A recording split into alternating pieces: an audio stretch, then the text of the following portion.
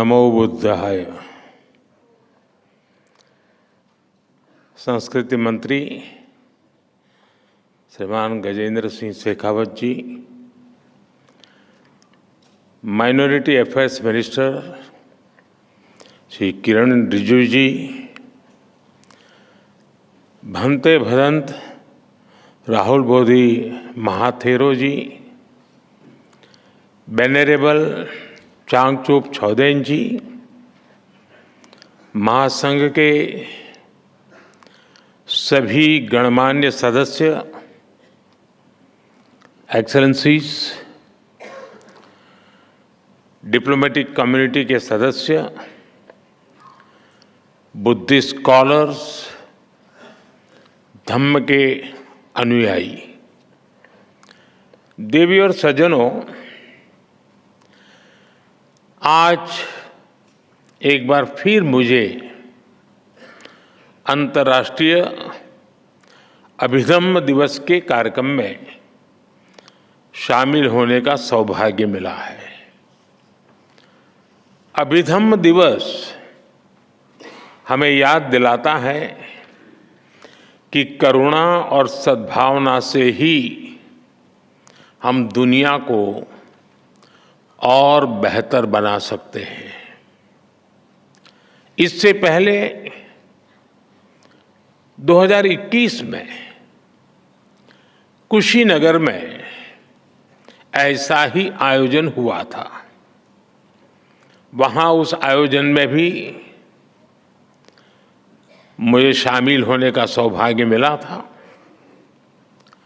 और ये मेरा सौभाग्य है कि भगवान बुद्ध के साथ जुड़ाव की जो यात्रा मेरे जन्म के साथ ही शुरू हुई है, वो अनवरत जारी है। मेरा जन्म गुजरात के उस वडनगर में हुआ जो एक समय बौद्ध धर्म का महान केंद्र हुआ करता था। उन्हीं प्रेरणाओं को जीते जीते मुझे बुद्ध के धम्म और शिक्षाओं के प्रसार के इतने सारे अनुभव मिल रहे हैं। पिछले 10 वर्षों में भारत के ऐतिहासिक बौद्ध तीर्थस्थानों से लेकर दुनिया के अलग अलग देशों तक, नेपाल में भगवान बुद्ध की जन्मस्थली के दर्शन, मंगोलिया में उनकी प्रतिमा के अनावरण से लेकर श्रीलंका में वैशाख समारोह तक, मुझे कितने ही पवित्र आयोजनों में शामिल होने का अवसर मिला है। मैं मानता हूं संघ और साधकों का ये संग, ये भगवान बुद्ध की कृपा का ही परिणाम है।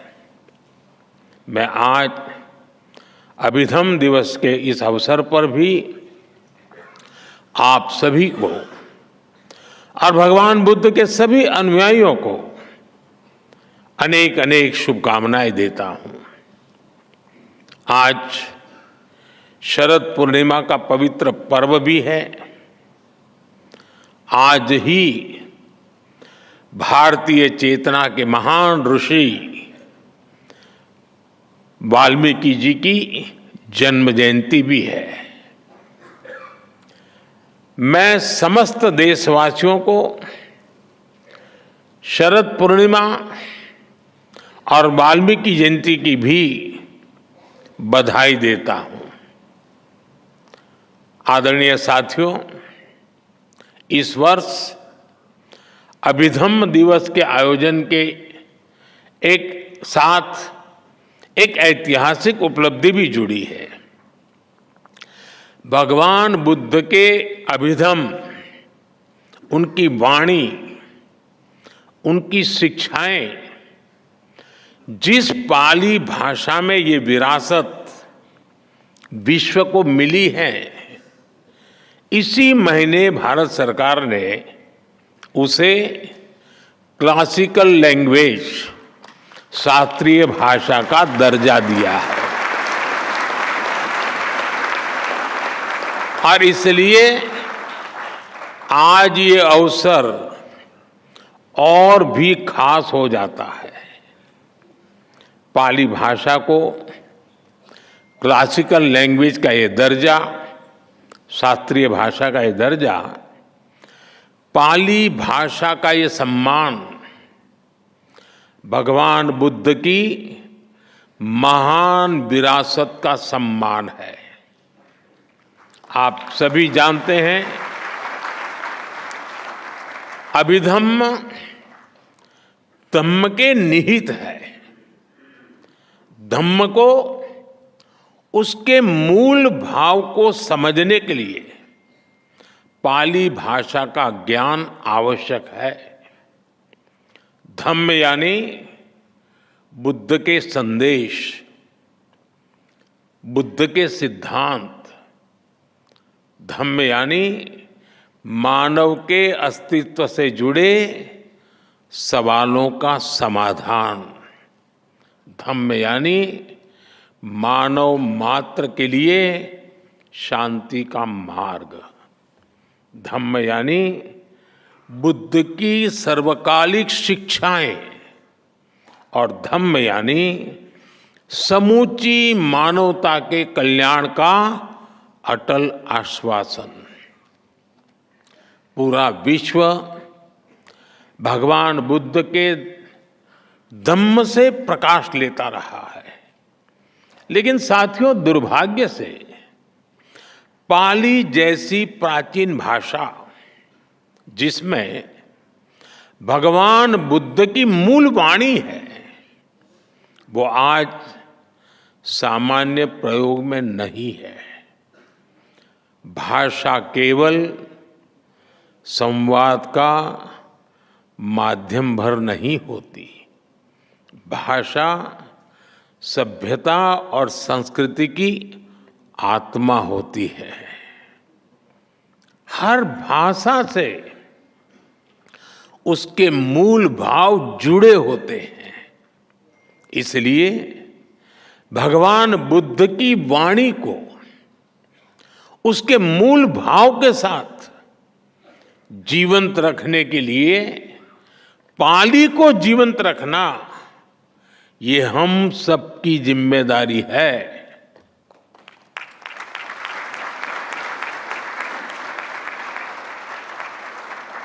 मुझे खुशी है कि हमारी सरकार ने बड़ी नम्रतापूर्वक ये जिम्मेदारी निभाई है। भगवान बुद्ध के करोड़ों अनुयायियों को, उनकी लाखों भिक्षुकों की अपेक्षा को पूरा करने का हमारा नम्र प्रयास है। मैं इस महत्वपूर्ण निर्णय के लिए भी आप सबको बहुत बहुत बधाई देता हूं।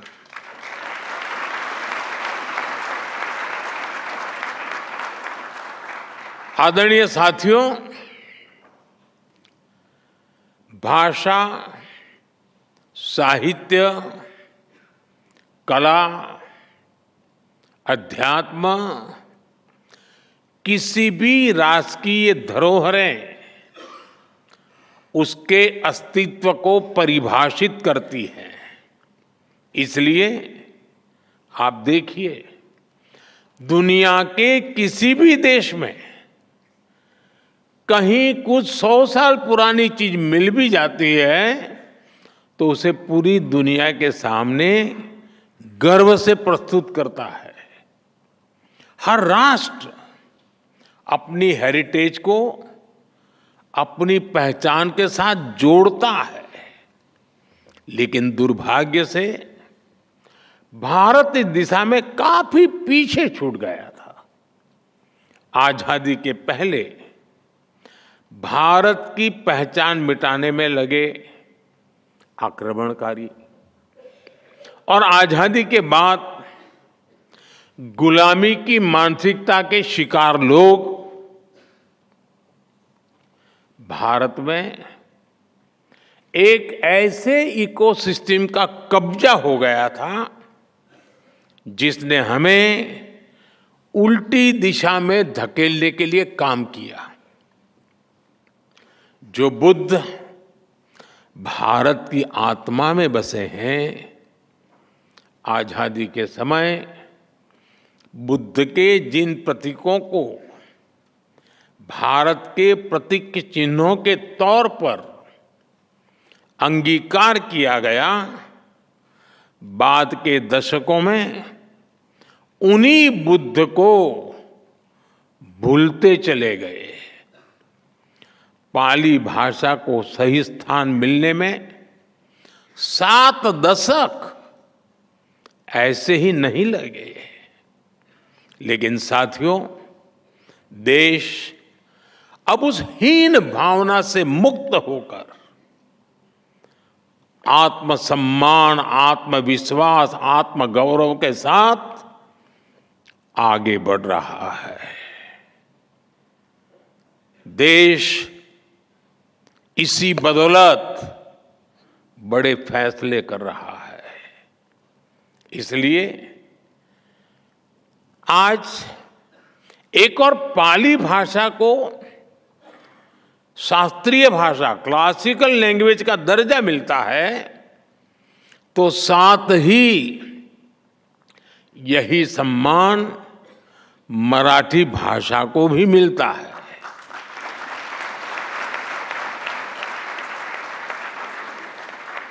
और देखिए कितना बड़ा सुभग संयोग है कि बाबा साहब आम्बेडकर से भी ये सुखद रूप से जुड़ जाता है। बौद्ध धर्म के महान अनुयायी हमारे बाबा साहब आम्बेडकर, पाली में उनकी धम्म दीक्षा हुई थी और वो स्वयं उनकी मातृभाषा मराठी थी। इसी तरह हमने बांग्ला, असमिया और प्राकृत भाषा को भी शास्त्रीय भाषा, क्लासिकल लैंग्वेज का दर्जा दिया है।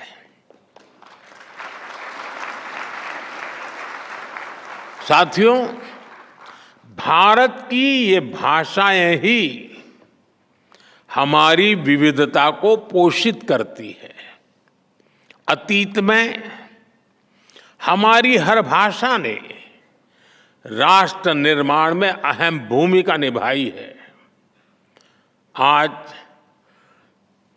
देश ने जो नई राष्ट्रीय शिक्षा नीति अपनाई है, वो भी इन भाषाओं के संरक्षण का माध्यम बन रही है। देश के युवाओं को जब से मातृभाषा में पढ़ाई का विकल्प मिला है, मातृभाषाएं और ज्यादा मजबूत हो रही है। साथियों, हमने अपने संकल्पों को पूरा करने के लिए लाल किले से पंच प्राण का विजन देश के सामने रखा है। पंच प्राण यानी विकसित भारत का निर्माण, गुलामी की मानसिकता से मुक्ति, देश की एकता, कर्तव्यों का पालन और अपनी विरासत पर गर्व। इसलिए आज भारत तेज विकास और समृद्ध विरासत के दोनों संकल्पों को एक साथ सिद्ध करने में जुटा हुआ है। भगवान बुद्ध से जुड़ी विरासत का संरक्षण इस अभियान की प्राथमिकता है। आप देखिए, हम भारत और नेपाल में भगवान बुद्ध से जुड़े स्थानों को बुद्ध सर्किट के रूप में विकसित कर रहे हैं। कुशीनगर में इंटरनेशनल एयरपोर्ट भी शुरू किया गया है। लुम्बिनी में India international centre for Buddhist culture and heritage का निर्माण हो रहा है। लुम्बिनी में ही बुद्धिस्ट यूनिवर्सिटी में हमने डॉक्टर बाबा साहब Ambedkar chair for Buddhist studies की स्थापना भी की है। बोधगया, श्रावस्ती, कपिलवस्तु, सांची, सतना और रीवा जैसे कई स्थानों पर कितने ही डेवलपमेंट प्रोजेक्ट चल रहे हैं। 3 दिन बाद 20 अक्टूबर को मैं वाराणसी जा रहा हूं, जहां सारनाथ में हुए अनेक विकास कार्यों का लोकार्पण भी किया जाएगा। हम नए निर्माण के साथ साथ अपने अतीत को भी सुरक्षित कर रहे हैं। पिछले 10 वर्षों में हम 600 से ज्यादा प्राचीन धरोहरों, कलाकृतियों और अवशेषों को दुनिया के अलग अलग देशों से वापस भारत लाए हैं। 600 से ज्यादा, और इनमें से कई अवशेष बौद्ध धर्म से संबंधित है। यानी बुद्ध की विरासत के पुनर्जागरण में भारत अपनी संस्कृति और सभ्यता को नए सिरे से प्रस्तुत कर रहा है। आदरणीय साथियों, भारत की बुद्ध में आस्था केवल अपने लिए ही नहीं, बल्कि पूरी मानवता की सेवा का मार्ग है। दुनिया के देश जो भी बुद्ध को जानने और मानने वाले लोग हैं, उन्हें हम इस मिशन में एक साथ ला रहे हैं। मुझे खुशी है, दुनिया के कई देशों में इस दिशा में सार्थक प्रयास भी किए जा रहे हैं। म्यांमार, श्रीलंका, थाईलैंड समेत कई देशों में पाली भाषा में टिकाएं संकलित की जा रही है।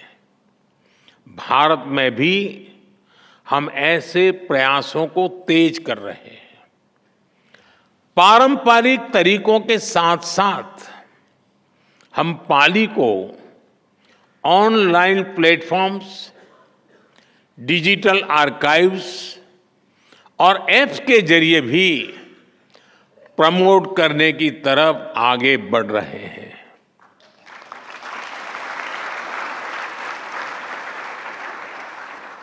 भगवान बुद्ध को लेकर मैंने पहले भी कहा है, बुद्ध बोध भी है और बुद्ध शोध भी है। इसलिए हम भगवान बुद्ध को जानने के लिए आंतरिक और एकेडमिक दोनों तरह की रिसर्च पर जोर दे रहे हैं। और मुझे खुशी है कि इसमें हमारे संघ, हमारे बौद्ध संस्थान, हमारे भिक्षुगण इस दिशा में युवाओं का मार्गदर्शन कर रहे हैं। आदरणीय साथियों, 21वीं सदी का ये समय आज विश्व की जियो पॉलिटिकल परिस्थिति आज एक बार फिर विश्व कई अस्थिरताओं और आशंकाओं से घिरा है। ऐसे में बुद्ध न केवल प्रासंगिक है बल्कि अपरिहार्य भी बन चुके हैं।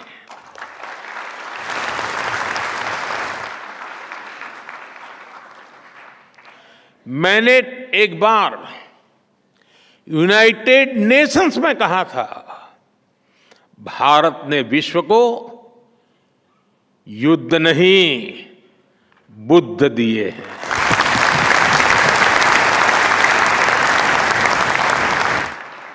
और आज मैं बड़े विश्वास से कहता हूं, पूरे विश्व को युद्ध में नहीं बुद्ध में ही समाधान मिलेंगे।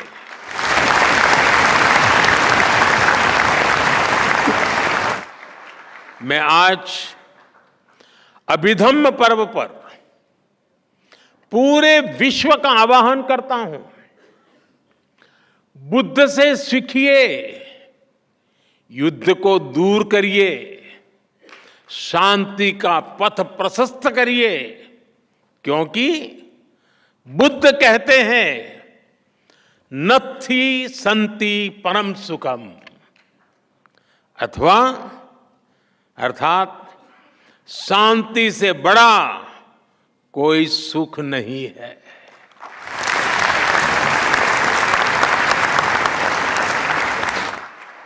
भगवान बुद्ध कहते हैं नहीं वैरेन वैरानी सम्मंतिद कुदाचनम अवैरेन च सम्मंति एस धम्मो सनंततो। वैर से वैर, दुश्मनी से दुश्मनी शांत नहीं होती। वैर अवैर से, मानवीय उदारता से खत्म होता है। बुद्ध कहते हैं भवतु सब मंगलम, यानी सबका मंगल हो, सबका कल्याण हो। यही बुद्ध का संदेश है, यही मानवता का पथ है। आदरणीय साथियों, 2047 तक के ये 25 वर्ष का कार्यकाल, इस 25 वर्ष को अमृत काल की पहचान दी है। अमृत काल का ये समय भारत के उत्कर्ष का होगा। ये विकसित भारत के निर्माण का कालखंड होगा। भारत ने अपने विकास का जो रोडमैप बनाया है, उसमें भगवान बुद्ध की शिक्षाएं हमारा पथ प्रदर्शन करेगी। ये बुद्ध की धरती पर ही संभव है कि आज दुनिया की सबसे बड़ी आबादी संसाधनों के उपयोग को लेकर सजग है। आप देखिए, आज क्लाइमेट चेंज के रूप में इतना बड़ा संकट दुनिया के सामने है। भारत इन चुनौतियों के लिए न केवल खुद समाधान तलाश रहा है, बल्कि उन्हें विश्व के साथ साझा भी कर रहा है। हमने दुनिया के कई देशों को साथ जोड़कर मिशन लाइफ शुरू किया है।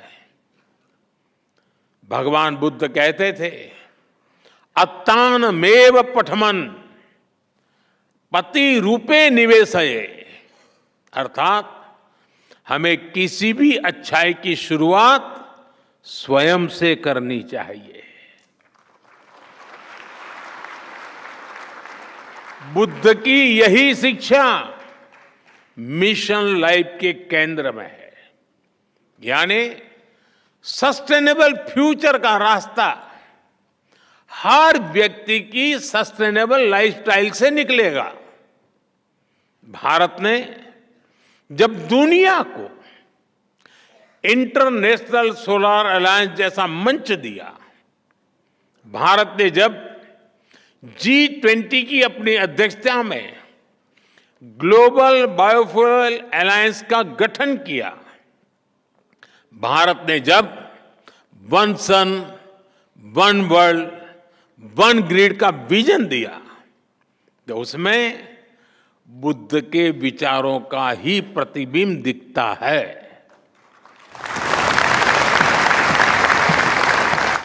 हमारा हर प्रयास दुनिया के लिए सस्टेनेबल फ्यूचर को सुनिश्चित कर रहा है।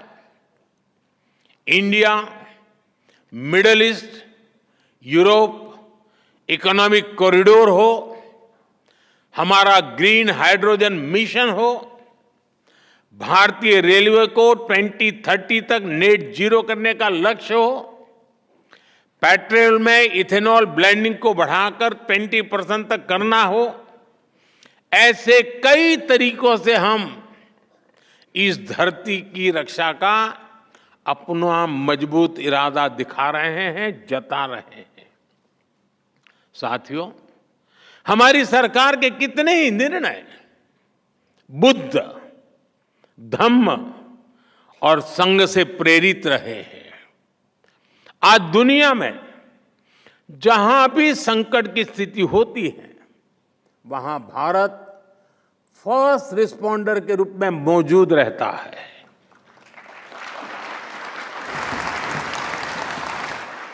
यह बुद्ध के करुणा के सिद्धांत का ही विस्तार है। चाहे तुर्की में भूकंप हो, श्रीलंका में आर्थिक संकट की स्थिति हो, कोविड जैसी महामारी के हालात हो, भारत ने आगे बढ़कर मदद का हाथ बढ़ाया है। विश्व बंधु के रूप में भारत सबको साथ लेकर चल रहा है। आज योग हो या मिलेट से जुड़ा अभियान, आयुर्वेद हो या नेचुरल फार्मिंग से जुड़ा अभियान, हमारे ऐसे प्रयासों के पीछे भगवान बुद्ध की भी प्रेरणा है। आदरणीय साथियों, विकसित होने की तरफ बढ़ रहा भारत अपनी जड़ों को भी मजबूत कर रहा है। हमारा प्रयास है कि भारत का युवा साइंस और टेक्नोलॉजी में विश्व का नेतृत्व करे और साथ ही हमारा युवा अपनी संस्कृति और अपने संस्कारों पर भी गर्व करे। इन प्रयासों में बौद्ध धर्म की शिक्षाएं हमारी बड़ी मार्गदर्शक है। मुझे भरोसा है हमारे संतों और भिक्षुकों के मार्गदर्शन से, भगवान बुद्ध की शिक्षाओं से हम सब साथ मिलकर निरंतर आगे बढ़ेंगे। मैं आज के इस पवित्र दिवस पर इस आयोजन के लिए आप सभी को एक बार फिर अनेक अनेक शुभकामनाएं देता हूं।